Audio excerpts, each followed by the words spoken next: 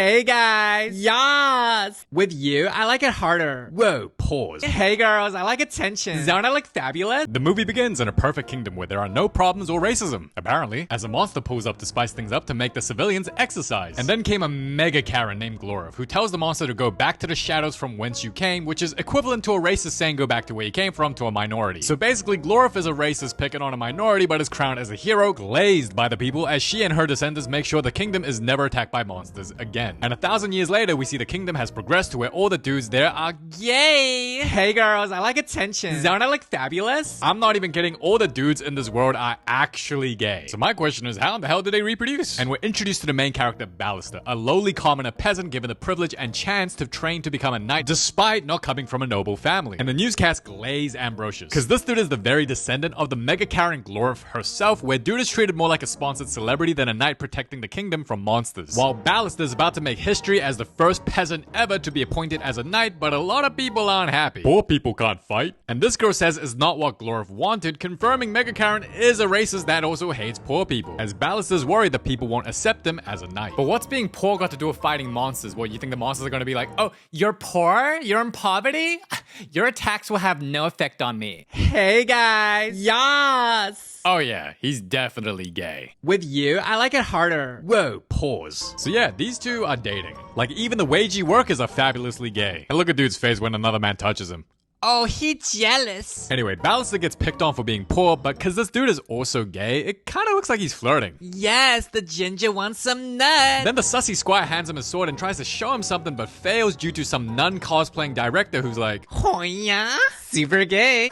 And the announcements begin, where Ballister will officially become an appointed knight as attention-seeking Sussy Baka goes first. And when it's Ballister's turn, the queen appoints him as knight, and the crowd erupts with applause since most of the crowd are commoner peasants anyway, so dude was overthinking over nothing. But then suddenly his sword goes off and he kills the queen. You know, what's funny is dude actually had plenty of time to stop it, so it is partially his fault. Then his mans cuts his arm off, and now dude has no mans, no arm, still broke because he never got to be a knight, and the whole kingdom hates him, seeing him as a wanted criminal, as they'll never allow a commoner to become a knight again. Then we're introduced to Nimona, an outsider that apparently nobody likes, and she sees herself in Ballister, who now has a robotic arm, as she wants to become a sidekick to take the institution down. Who are you? I'm horny. You ready to kill some shit? Now her character is voiced by Chloe Grace Moretz, as she does an amazing job selling the weirdness, extroverted, loud, and bright character of Nimona, as Ballister rejects her request on wanting to help and goes for a peaceful approach just to be put in prison. Murderer, you know my zesty ass wouldn't hurt a fly. This is what poor people do. Are you saying it's because I'm brown? I'll make sure the kingdom becomes more racist. So dude be sulking, but Nimona rescues his ass because she has powers, and she would absolutely be the best sidekick for a villain to have because she craves violence. Like, look at the amount of men she put to sleep.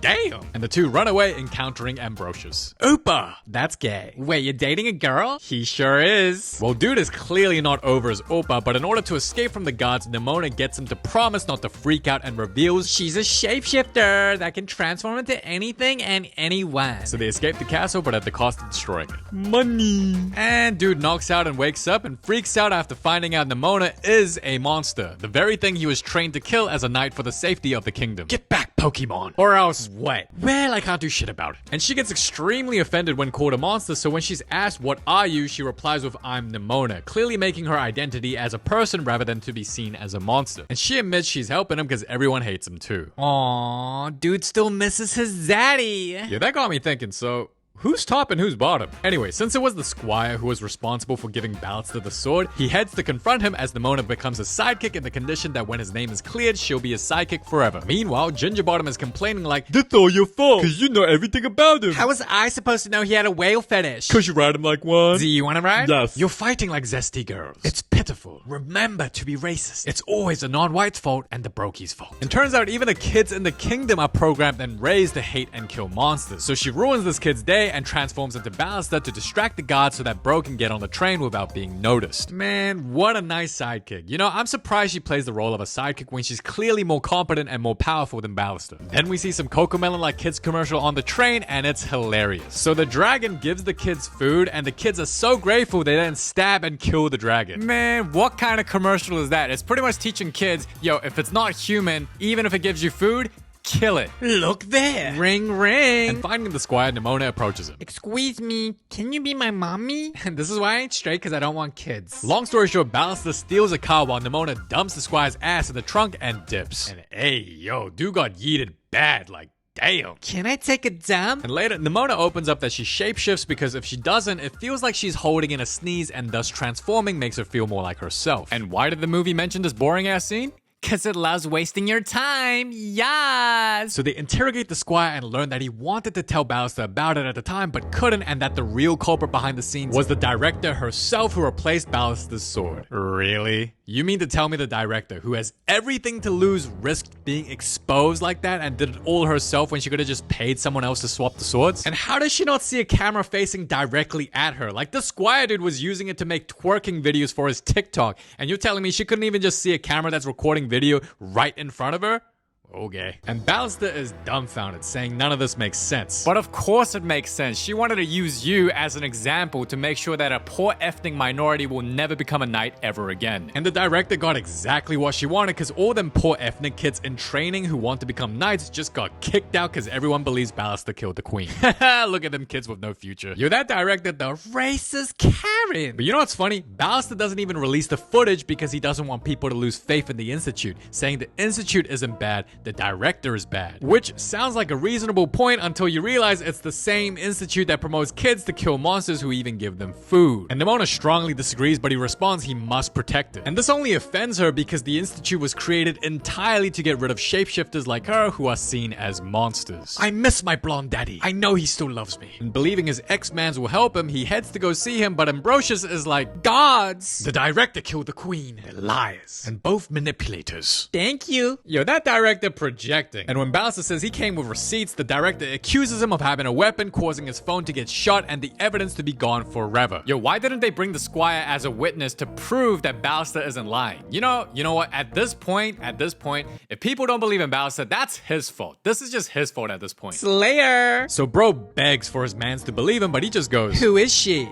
man, ain't no way dude's getting jealous at a time like this. You know, She-Bar. And Attention Hope betrays Ballister, commanding to arrest him. And this just makes Ballister just not care anymore, unleashing Nimona to the gods, and she pretty much beat all their asses, but makes sure no civilian gets hurt in the process as she saves a little girl. Bijum, I'm a loner. Monster. And this just breaks Nimona, realizing that even tiny little kids that can barely speak want to murder her, and seeing this, Girlie crashes out, breaking Ballister's shit, confessing she wants to identify as a Korean because she wants the Gangnam Style, then off herself. But dude decides to comfort and cheer her up instead, saying that they're in this together, and creates a plan to get back at the director.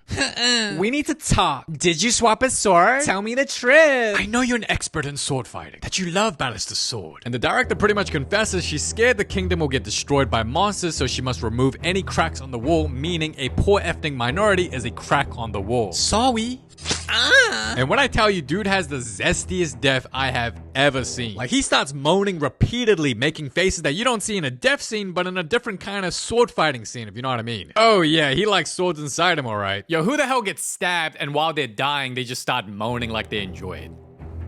Netflix is freaky. Then Mega Karen confirms and confesses she killed the queen, only to find out she was being recorded the whole time by Ballister, and that Ambrosius was actually Nimona disguised as him, and that knife stabbing has no effect on her. Yeah, look at her face. She knows she's cooked. Oh, I'm a thought. I'm hungry. As the real Ambrosius finds out, Ballister is not the queen killer. So they upload the footage, and while playing board games, Nimona breathes fire that immediately looks like she should not have done that, but Ballister's chill with it as they're close now, which makes Nimona more comfortable being herself even more. And the video goes viral as the kingdom is in uproar with people no longer trusting the institute and wants the director to face charges. And you would think this is the end of the film, but it's not, as her manipulative ass finds a way to get away with it. So while Nimona be sleeping, bro's ex hits him up with the "you up for nachos at 2 a.m. text, and Ballister heads to see him straight away because he misses his zaddy. I love how Ballister's acting all moody to see him. He's all like, I can't believe you hit me up.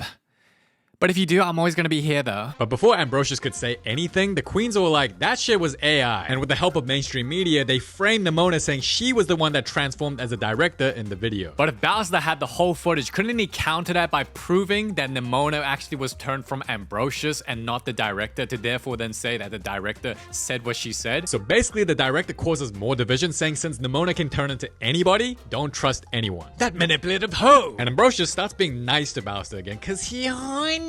trying to convince him that Nimona is the problem by showing an old drawing of her as a dragon killing people. Really, bro? You gonna use a drawing that anyone could have made about anything as evidence? Really? Because he's still mad at his ass for betraying him, he walks away so he can have a slay queen moment. Belle! Don't touch me! But I love you! Yay! Meanwhile, the zesty ginger decides to stalk his ass to find out where he lives as Bro confronts Nimona over the drawing. And she's like, I saved your ass, rescued you from prison, got you food, helped you get your get back with the director, and you gonna give me shit over a drawing anyone could have made about anything? It's cause I'm brainwashed. And they end up having a little back and forth cause, you know, besties fight all the time. But before they can make up, the ginger pulls up and arrests Ballister while Nimona successfully gets away. However, she stops at a well and has a flashback of her past on how she always wanted to fit in with others but was never accepted no matter what species or animal she's transformed to. And you know what? If you're getting rejected by every animal and every species on the entire planet, just maybe, this might sound crazy, maybe you're the problem. Like, what do you mean you can't get along with anything? Anything? Like, nobody likes you? Like, nothing? Oh, Nimona's a loser. But upon seeing a blonde little girl, she decides to transform into a human and does some little, catfish false advertising, making her believe she's a human. And they become friends, spending a bunch of time together as she feels comfortable using her powers for the first time in front of her to help her. And because the blonde girl wasn't raised to kill and hate monsters, she accepts Nimona despite being different, and they keep having a jolly good old time together. Until one day, the parents then see her daughter playing with a bear and is terrified, so when Nimona turns human, they get terrified even more. Yo, why are they dressed like the characters from the Bible though? Stop, that's my slave. That's a monster. Yo, ain't no way you see a little girl that can transform, and instead of thinking how valuable she can be to the community to help expand and find food, they try to kill her? These people stupid. So Nimona be having an acoustic moment, spazzing out as I guess this is part of her past that she blocked out and didn't want to remember. And what's funny is this NPC throws a fire torch at her, which bounces off and immediately burns an entire village down in seconds. And let me just say, number one, fire never travels that quickly unless it's all oil, so this is just ridiculous. And number two, if your whole village burns to the ground in seconds because of a single fire torch,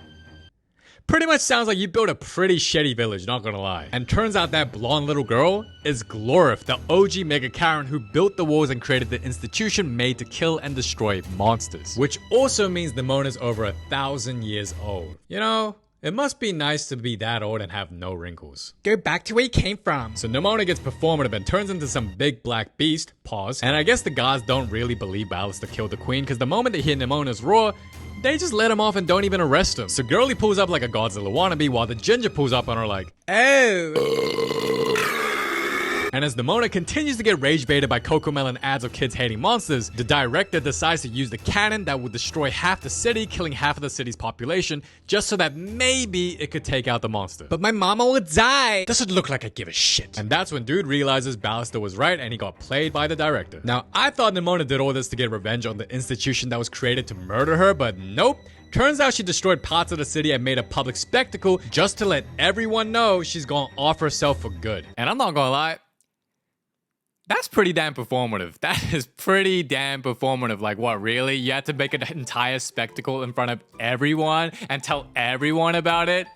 I don't know. It's a bit of an attention seeker to me. Not gonna lie. Just letting you know.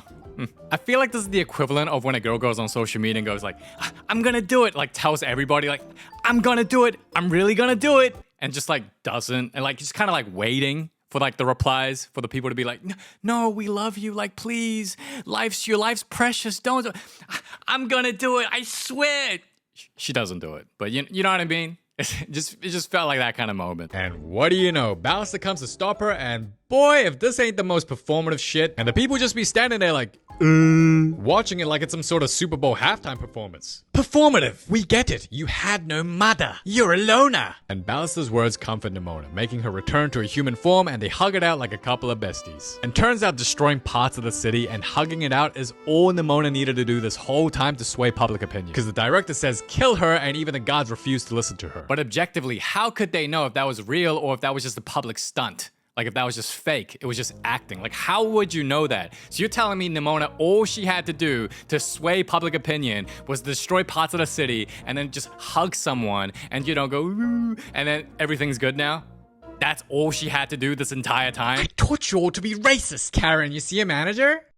Go talk to the manager. So the director goes screw it and uses the same green beam that killed the queen at the gods. But you know what's funny? The same green beam that killed the queen somehow doesn't kill the gay guy. Wow. Guess Netflix really didn't want to be seen as homophobic, huh? Wait, so Netflix will kill the black queen but not the gay god? Oh, Netflix is racist confirmed. But Nimona gets happy, realizing she can still go out like a Korean and flies herself into the cannon, sacrificing her life to protect the city.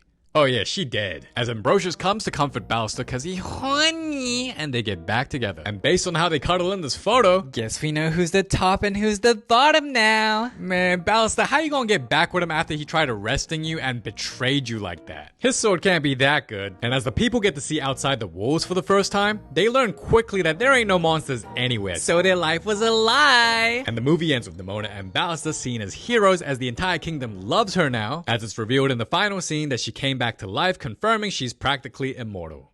Overall, this film was fabulous and super duper gay. Yes! But yeah, thank you so much for watching. It's been your boy KC. And yeah, till next time.